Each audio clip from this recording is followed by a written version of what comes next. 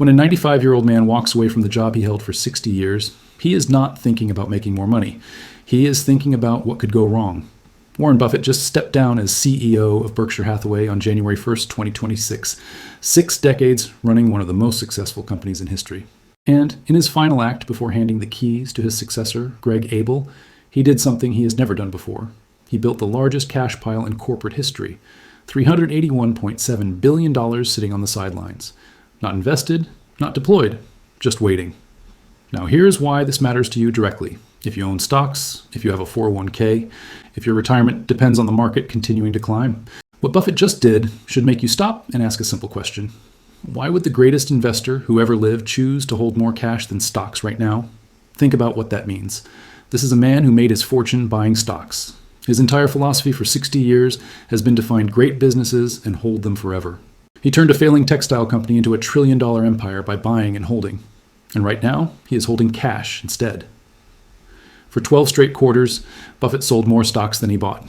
That is 3 full years of selling. $184 billion in net stock sales. He cut his Apple position by 74%. Apple, the stock he called probably the best business he knows in the world. He sold most of it. Meanwhile, everyone else is chasing artificial intelligence stocks. The S&P 500 keeps hitting new highs. Financial media keeps telling you the bull market has more room to run. But the man who has been right about markets for longer than most people have been alive is doing the opposite of what everyone else is doing. He is not buying the dip. He is not loading up on AI. He is building a fortress of cash and waiting. The last time Buffett built cash like this was before 2008, before Lehman Brothers collapsed, before the financial crisis wiped out half the stock market and destroyed retirement accounts across America.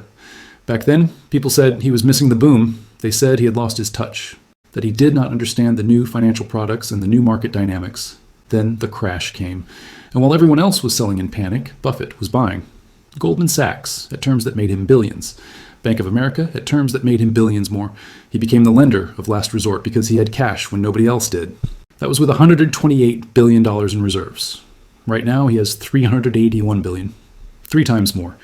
Either he sees something bigger coming, or he sees better opportunities ahead that will require more capital than ever before. Either way, the smartest money in the world is not playing the same game as everyone else right now. The question you need to answer is simple.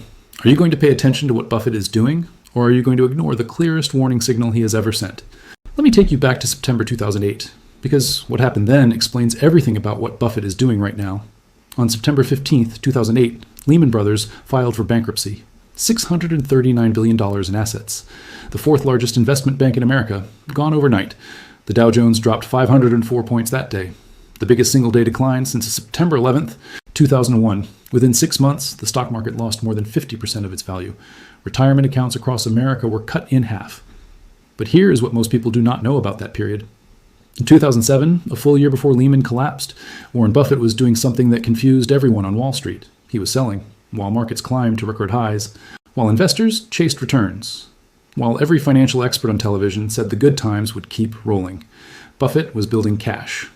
By the time Lehman failed, Berkshire Hathaway was sitting on massive reserves, while everyone else was scrambling for liquidity. And then he did what only someone with cash can do during a crisis. He became the buyer when everyone else needed to sell.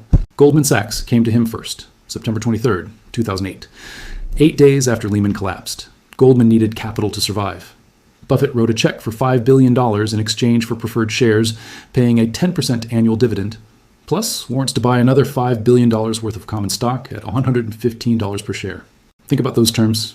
10% guaranteed return on $5 billion. That is $500 million per year just in dividends. Plus the option to buy shares at a fixed price while everyone else was panic selling. When Goldman eventually bought back those preferred shares in 2011, they paid Buffett $5.64 billion, plus a $500 million bonus, plus he still had those warrants. When he exercised them, he made another $2 billion. Total profit from one deal made during the crisis, roughly $3.7 billion. But he was not done. General Electric needed cash. Buffett gave them $3 billion on similar terms, made another billion in profit. Bank of America came calling in 2011, still dealing with the aftermath of acquiring Countrywide Financial and all those toxic mortgages. Buffett invested $5 billion for preferred shares and warrants. By 2017, when he converted those warrants to common stock, he had made $12 billion in paper profit. That single investment made him the largest shareholder in Bank of America.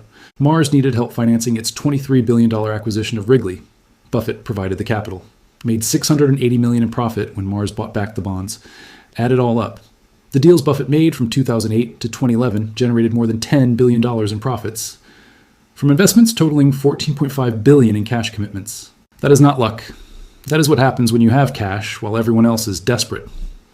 The people who mocked his caution in 2007 spent years recovering their losses. Many never fully recovered. The people who were fully invested when Lehman collapsed watched their portfolios drop 50% and waited 5 years just to get back to even. Buffett spent those same years compounding wealth at terms that only exist during panics. He has talked about this pattern many times. His famous quote, "Be fearful when others are greedy. Be greedy when others are fearful." But here is the part people miss. You cannot be greedy when others are fearful unless you have cash. If you're fully invested when the crash comes, you have nothing to deploy. You watch opportunities pass by while you wait for your portfolio to recover. Cash is not just safety. Cash is ammunition. It lets you buy wonderful businesses at prices that only exist when the world is falling apart. And right now, Buffett has more ammunition than he has ever had in his life. $381 billion. 3 times what he had during COVID. 3 times what he had during 2008. More cash than the market value of most companies in the S&P 500. The question is not whether Buffett sees something coming. The question is why he is building a position this large. What kind of opportunity does he expect? What scale of dislocation is he preparing for? Because Buffett does not hoard cash for no reason. He has said many times that he hates holding cash, that cash is a terrible long-term investment, that it loses value to inflation every single year. So when the man who hates cash is holding $381 billion of it, something has changed in his calculation. Either valuations have reached levels where he cannot find anything worth buying, or he expects opportunities ahead that will require this kind of firepower. Either way, the pattern is the same one we saw before 2008. Build cash, wait, deploy when others panic. That playbook made him one of the richest people on the planet. Right now, he is running it again, at scale we have never seen before. Let me show you the exact numbers behind Buffett's positioning, because the scale of what he is doing only becomes clear when you see it laid out. $381.7 billion in cash and short-term investments as of September 30th, 2025. That is the official number from Berkshire's quarterly report. To put that in perspective, Berkshire's entire stock portfolio is worth $267 billion. He now holds more cash than stocks. The man who built his fortune buying stocks now has more money sitting in treasury bills than invested in the market.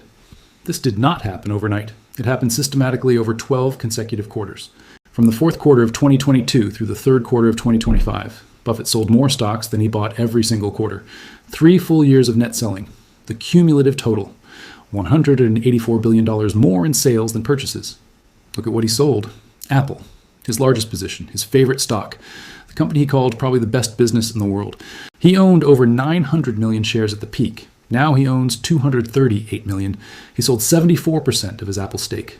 Bank of America, another long-term holding, trimmed by tens of millions of shares. These are not stocks Buffett hates. These are stocks he loves that got too expensive for his comfort. And here is the detail that tells you everything about his mindset. 0 share buybacks in the first 9 months of 2025. None. Buffett has always said he will buy back Berkshire shares when they trade below intrinsic value. The stock fell 14% from its May peak to its August low, a significant pullback. If Buffett thought his own company was cheap, that was the time to buy. He bought nothing. If Berkshire Hathaway is not cheap enough for Buffett to buy at those prices, what does that tell you about his view of the broader market?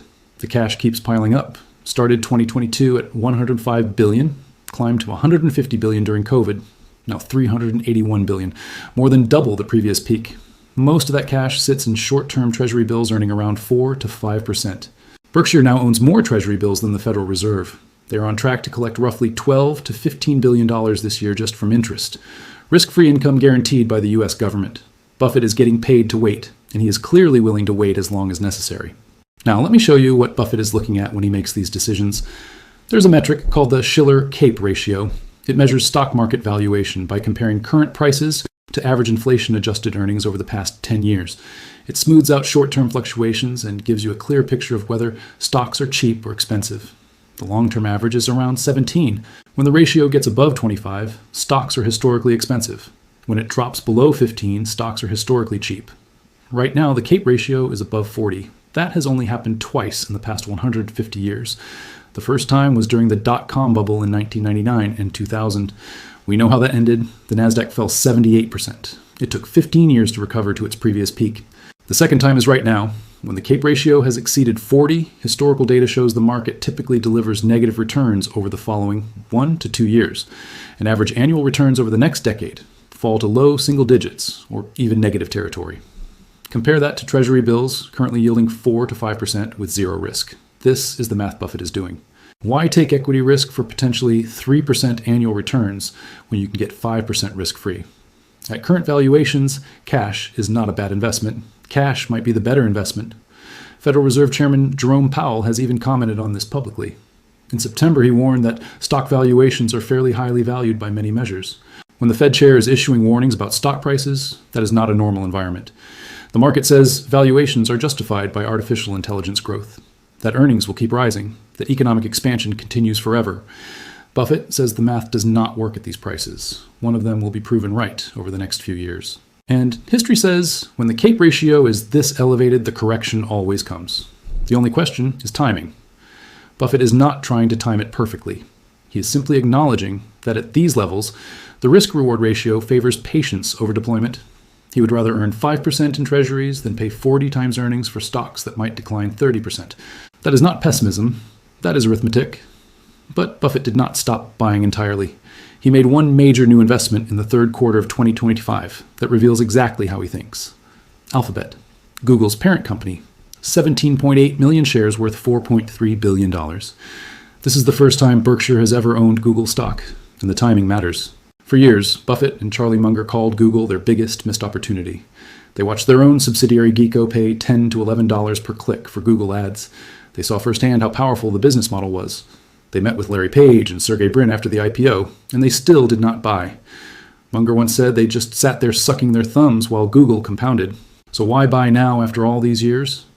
Look at the valuation. Alphabet trades at a lower multiple than most mega-cap tech stocks. It generates massive free cash flow, over $70 billion annually. It dominates search and digital advertising. It has a growing cloud business. And unlike many AI stocks trading at extreme valuations, Alphabet is priced reasonably for what it delivers. This is classic Buffett. Quality business, dominant market position, strong cash generation, reasonable price. But here's the detail that puts everything in perspective. $4.3 billion out of $381 billion in cash. That is 1.1%. Buffett found one stock worth buying in the entire market, and he put barely 1% of his cash into it. The other, 98.9%, stays on the sidelines. That ratio tells you everything about how he sees current opportunities. In a market with thousands of stocks, the greatest stock picker in history found exactly one worth buying at a meaningful size. He is not bearish on Alphabet. He is bearish on valuations everywhere else. When Buffett deploys capital this selectively, it confirms what the cash pile already told us. He sees a market where almost nothing is priced attractively, where patience will be rewarded more than activity, where the best move is to wait for better prices rather than chase what is available today. One purchase, 1.1% of his firepower. The rest sits in treasuries, earning 5% until something changes. Here is what most people miss about Buffett's cash position. Berkshire is not just sitting around waiting for a crash. The company is a cash-generating machine that keeps producing money every single quarter. Third quarter 2025. Operating profit hit $13.5 billion. That is a 34% increase from the same quarter last year. Let me break down where that money comes from. Insurance underwriting. $2.4 billion in profit. More than triple the previous year. This is the core engine of Berkshire. They collect premiums from customers, invest that money while waiting for claims, and often keep a profit even after paying out. The insurance float. That is money customers pay Berkshire in premiums that Berkshire gets to invest before claims come due. It now totals $176 billion. That is $5 billion more than the end of 2024. And because underwriting is profitable, this float costs Berkshire nothing. They get to invest $176 billion of other people's money for free. BNSF Railroad, $1.45 billion in quarterly earnings. This railroad moves more freight by volume than any other in America. It does not matter if the economy booms or slows. People still need goods shipped. Steady cash every quarter. Berkshire Hathaway Energy, $1.5 billion in earnings. Regulated utilities serving millions of customers. People need electricity regardless of stock market conditions. Manufacturing, service, and retail businesses, $3.6 billion combined. Everything from Dairy Queen to Duracell to auto dealerships. These businesses generate cash through economic cycles. Added up, Berkshire produces roughly $50 billion in annual operating earnings. After funding operations and paying taxes, tens of billions are left over. Normally, the cash would buy more stocks or fund acquisitions. Instead, it accumulates, quarter after quarter. Because Buffett cannot find investments at prices that make sense, this is not a company waiting nervously for opportunity. This is a fortress generating billions in fresh ammunition every 90 days, while the commander waits for the right moment to deploy. The cash pile is not just savings. It is a growing war chest funded by businesses that print money regardless of what markets do. On January 1st, 2026, Warren Buffett officially stepped down as CEO of Berkshire Hathaway. After 60 years running the company, he handed control to Greg Abel. Abel is 63 years old, a Canadian who started at Berkshire in 2000 when the company acquired Mid-American Energy. He ran that business for years, then became vice chairman, overseeing all non-insurance operations in 2018. Buffett has been preparing him for this moment for a long time. In 2021, he publicly named Abel as his successor. At the May 2025 shareholder meeting, he made it official. Here's what Buffett said about the handoff. Greg will be the decider. I cannot imagine how much more he can get accomplished in a week than I can in a month. I would rather have Greg handling my money than any of the top investment advisors or any of the top CEOs in the United States. That is not polite praise. That is Buffett saying he trusts Abel completely with capital allocation, the most important job at Berkshire. But the timing of this transition matters. Buffett did not hand over control during a period requiring aggressive stock buying.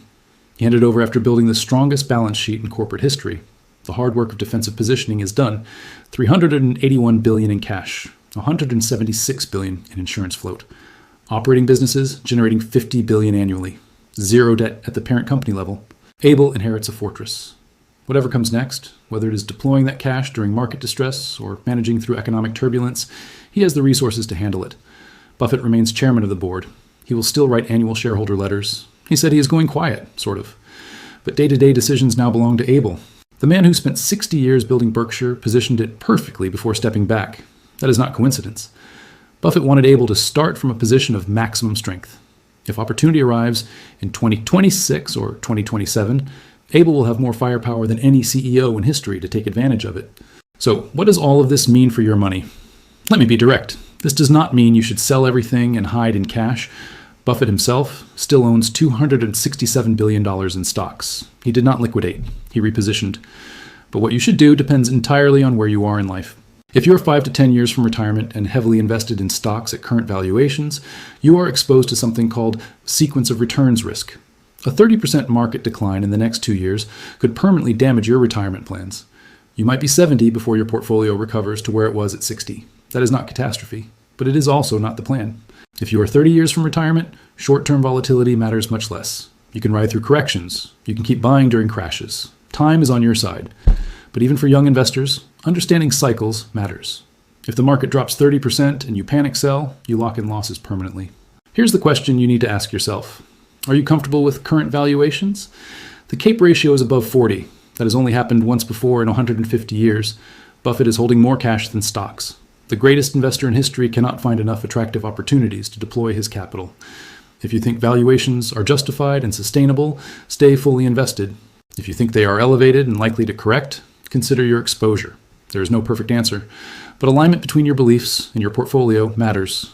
One practical step. Build cash reserves if you do not have them, not because markets will definitely crash, but because having liquidity when opportunities arrive changes everything. Buffett makes his best investments during panics precisely because he has cash when others are fully invested. You cannot replicate his scale, but you can replicate the logic. Having cash when assets get cheap is worth more than being fully invested during expensive markets. That is the lesson Buffett is teaching right now.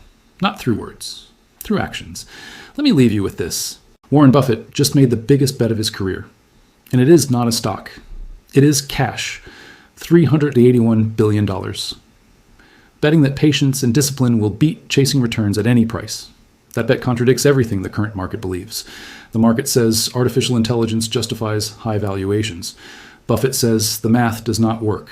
The market says momentum will continue. Buffett says he would rather earn 5% risk-free than pay these prices. One of them will be proven right. History tells us which side usually wins this argument. When valuations reached these levels during the dot-com bubble, the market crashed 50%. When Buffett built cash before 2008, the market crashed 50%. Every time the gap between market euphoria and Buffett's caution has grown this wide, the correction eventually came. The people positioned correctly preserved and grew wealth. The people positioned incorrectly spent years recovering. Some never did. Buffett is not predicting a crash. He is acknowledging that at current prices, expected returns do not justify the risk. He is choosing to wait with $381 billion earning 5% rather than deploy it into a market trading at 40 times earnings. That is not fear. That is the same discipline that turned $10,000 into $50 million over 60 years. The same discipline that generated 5.6 million % returns while everyone else chased fads and paid for it during crashes. At 95 years old, Buffett has nothing left to prove. No performance fees to earn, no investors to impress. He could deploy that cash tomorrow and ride whatever wave comes next. He is choosing not to. When the most successful investor in history makes that choice, you can listen or you can ignore it. But you cannot say you were not warned. The fortress is built, the cash is ready, the discipline holds. The only question left is which side of this bet you want to be on.